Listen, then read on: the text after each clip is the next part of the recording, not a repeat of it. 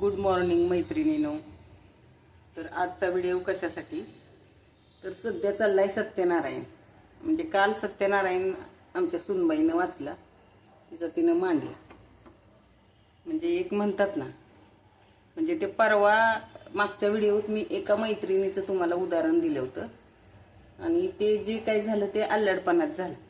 जर आयुष्यात मार्गदर्शक जर चांगला असेल, आपल्याला एखादा मार्गदर्शक चांगला असेल, वयातच ज्या वयात पाहिजे त्या वयातच जर एखादा मार्गदर्शक आपल्याला चांगला भेटला तर आयुष्य खरंच सोपं जातं जगायला.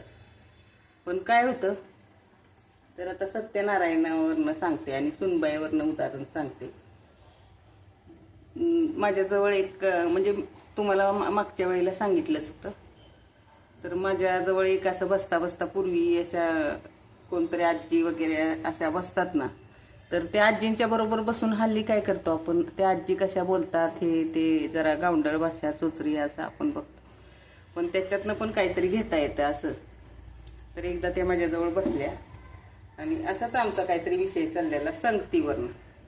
तर तो मी आत्ता तुमच्याबरोबर शेअर करते. तर त्या आजी बोलता बोलता म्हणल्या, एक त्यांनी ओवी म्हणतात तसे एक बोलल्या, दोडकीचा वेल काग लिंबावरी गेला आणि संगतीनं कडू झाला, कडू काग झाला. म्हणजे ते ऐकायला मला अजून पुढच्या ओळी ऐकायच्या होत्या, सर्च करते मी, पण मला कुठे भेटतच नाही. पण तेवढ्यातच एका ओळीतच मला कळालं की दोडकीचा वेल जर लिंबावर गेला तर तो कडू होतो. तसंच आहे माणसाचं पण. म्हणजे संगतीनं किती किती हे, आणि ती संगत आहे ना, चांगल्या वेळात जर आपल्या भावना आवरल्या आणि आपण जर संगतीकडे बघितलं तर आपल्यात सुधारणा होती. तसं मी माझ्यावरनं, आता ते मैत्रिणीवरनं सांगितलंच तुम्हाला, तर तसं माझ्या सुनबाईवरनं सांगते.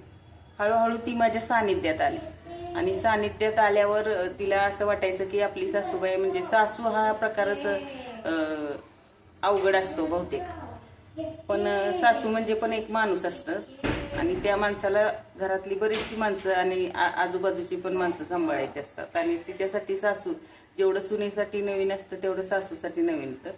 आणि त्याच्यासाठी माझा हा पण पेपर तुम्हाला अवघड कसा सांगते, तर मला सासूच नव्हती. मग ती चांगली असती का वाईट असती ह्याची परीक्षा मी कधी केलीच नाही. आणि आजूबाजूच्या सासूबाई बघायची ना, पण त्या बाहेर न बघतो आपण, घरात त्यांच्या सानिध्यात राहून. आणि त्यामुळं मला हा पेपर पण खूप अवघड गेला. म्हणजे एखाद्याला देवानं अशी परीक्षा दिलेली असती की पुस्तकच नाहीत तिथं, फक्त प्रश्न असतील आणि ते प्रश्न स्वतःचा विचार करूनच सोडवायचे असतील. मग हळूहळू काय व्हायला लागलं, म्हणजे एकामेकाला समजण्याआधीच आलेली सून घाबरलेली वगैरे असती, तिच्या मनात गैरसमज निर्माण होतो.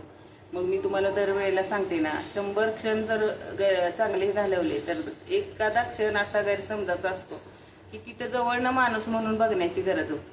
आणि परवाच्या वाढदिवसा दिवशी मला तेच सांगायचं होतं, पण ते झालं नाही व्हिडिओमधनं किंवा शॉर्टमधनं, ते थोडंसं गेलं नाही.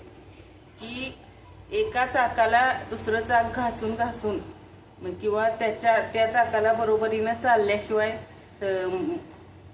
गाडी व्यवस्थित चालते का नाही ही कळाल्याशिवाय समोरच्याही माणसाला तितकाच विश्वास बसेपर्यंत कळत नाही की हा बाबा. आणि हे तर माणूस आहे आपण. मग तसा हा संगतीचा परिणाम झाला.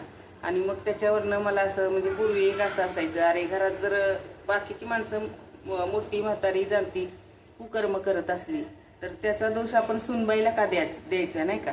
तर मग त्यावेळेला असं होत जायचं की अरे, म्हणजे त्यावेळेला ऐकायचं, मला कुणी काय बोललं नाही, पण त्यावेळेला माणसं अशी ऐकायची.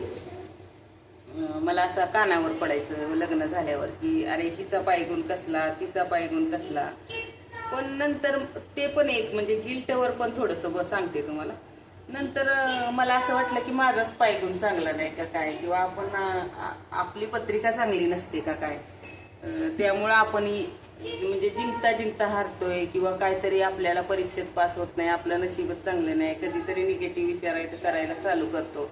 कारण आजूबाजूला अशी परिस्थिती ज्या वेळेला निर्माण होते ना की आपण एकट्यानंच हे सगळं करायचं आहे आणि हे लढायचं आहे, त्यावेळेला आपल्याला सासू नसते, काय नसते, आजूबाजूची माणसं साथ देणारी नसतात. आणि आयुष्याचा जोडीदार महत्वाचं म्हणजे चांगला पाहिजे. तो जर साथ देणारा नसला, व्यवस्थित नसला, तर मग तुम्ही कितीही धावला ना तरी ते जीवनाच्या शर्यतीत तुम्ही मागेच राहता आणि तसेच काहीतरी अनुभव येत राहील. आणि मग हे करता करता आता बघा, आता एकामेकींना इतकं पटलंय की ती जर नसली तर घरात एक तासभर जरी नसली किंवा एखाद्या दिवशी ऑफिसला गेली तर घर खायला उठतं. आणि तिला मी जर नसले तर मी नसले तर तिला घर खायला उठतं. मग हे असं असतं. मग त्यामुळं आणि आतापर्यंतच्या स्ट्रगल मधनं मी कसा मार्ग काढत आले ह्याच्यावरनं मग मला पण असं नंतर कळतं, आपली पोचपावती मिळते. जोपर्यंत आपण त्या परीक्षेत बसलेला असतो तोपर्यंत कळत नाही की आपल्याला काय करायचं होतं, आपण कसे आहे, आपला पायगुण वगैरे तसलं काय नसतं. सगळा हा कर्माचा भाग आहे. तर आता इथं दाखवते मी तुम्हाला कर्म. कर्म म्हणजे काय, तर कपडे काय घालतोय ह्याच्यावर नाही आता. तर आता आहे अधिक महिना. अधिक महिन्याला 33 वातींचा दिवा जाळायचा असतो. आणि आता मंदिरात गेलं तर खूप गर्दी असते, त्यामुळं मी हा छोटीशी स्वतः वात बनवल्या. तर ते अधिक महिन्यासाठी आज कुलस्वामीचा दिवस आहे आणि रविवार, त्यासाठी मी आज ही अधिक महिन्याची वात देवाला दाखवते.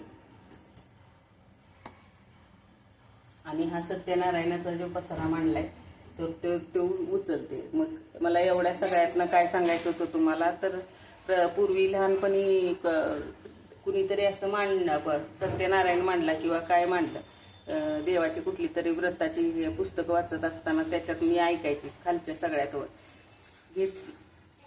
उठणार नाही, मातणार नाही, घेतला वसा टाकणार नाही. तर त्याचा अर्थ फक्त पुस्तकापुरता किंवा व्रतापुरताच नसतो, तर आपल्या आचरणाचा आणि विचारांचा हा सगळा भाग असतो. हे नंतर आपल्याला कळतं. आणि त्यात जर आपण एका मार्गाने चालत राहिलो तर मग असं नक्कीच वाटतं की अरे आपण ठीक चाललंय, म्हणजे आपल्या मार्गाने ठीक चाललंय. तर धन्यवाद. श्री स्वामी समर्थ. नंतर भेटू पुढच्या भागात. आणि नक्की कमेंट करा मी काय बोलते त्याच्यावर. तुम्ही जर खरंच माझे कधीतरी बोलणं तुम्हाला पटत असलं तर तुम्ही चांगल्या म्हणजे नक्की कमेंट करत राहा.